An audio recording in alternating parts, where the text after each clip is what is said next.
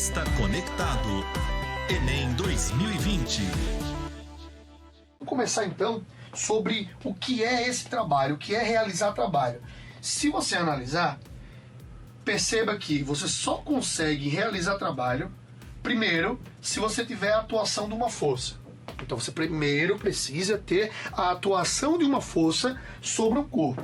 Porém, só a atuação da força não é necessário. Você precisa que essa força consiga realizar um deslocamento.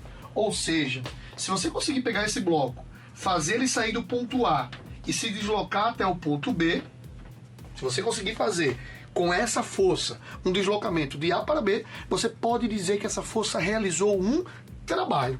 Tudo bem?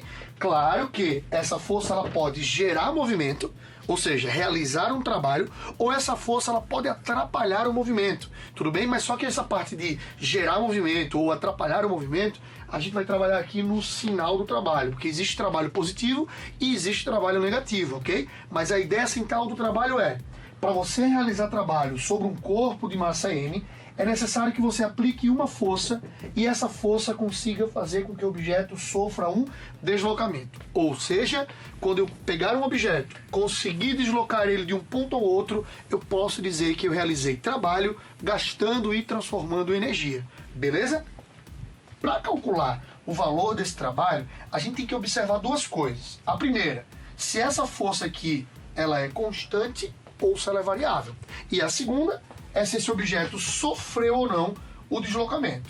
De início, a gente vai calcular o trabalho para essa força aqui constante. Ah, então professor, eu estou arrastando um bloco de massa M, fazendo com que ele se desloque de um ponto para o outro com uma força constante. Imagine, você pegou um bloco, arrastou ele 5 metros, e durante esses 5 metros, essa força ficou constante. Qual o trabalho que você realizou ao deslocar esse objeto? Para calcular esse trabalho, você vai pegar a equação força vezes deslocamento. Mas professor, força vezes deslocamento, sempre isso acontece? Não. Detalhe importante, essa força aqui, ó, essa força, ela está paralela ao deslocamento. Aí eu não preciso colocar nada, só força e deslocamento já é o suficiente. Agora imagine uma outra força qualquer inclinada, vamos chamar aqui de F', uma outra força qualquer inclinada, formando um certo ângulo com a horizontal. Essa força constante e inclinada, ela também realiza um trabalho. Mas para calcular o trabalho dessa força constante e inclinada, a gente vai pegar força, que é um constante, o valor dela é constante, o deslocamento, e vai multiplicar pelo cosseno desse ângulo.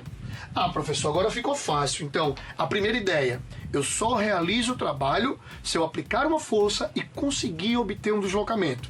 Segunda ideia, essa força, se ela for constante, eu posso calcular esse trabalho de duas maneiras. A primeira, força vezes o deslocamento, se essa força for paralela ao deslocamento, ou força deslocamento vezes o cosseno, se a força for inclinada. Então, o primeiro passo é entender se existe força constante ou não. Segundo, se essa força é inclinada ou não. Se ela for inclinada, aparece o cosseno do ângulo de inclinação, ok?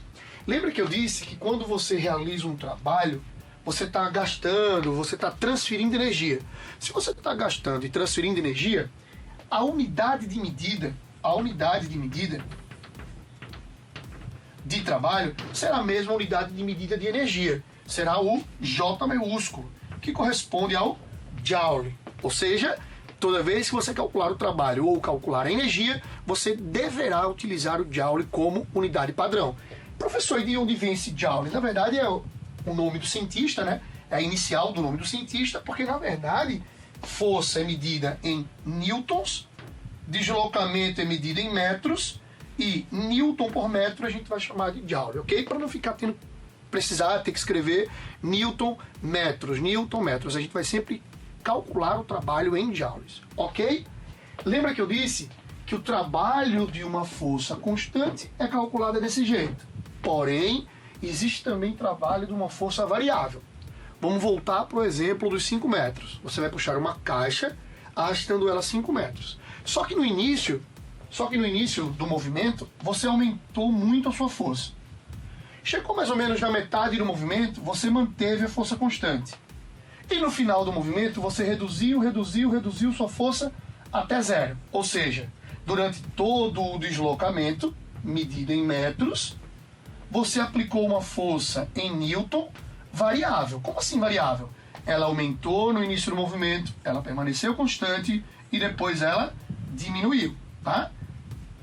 E daí a gente consegue gerar uma imagem plana, uma figura plana, e se você conseguir calcular a área dessa figura, numericamente você está calculando o trabalho.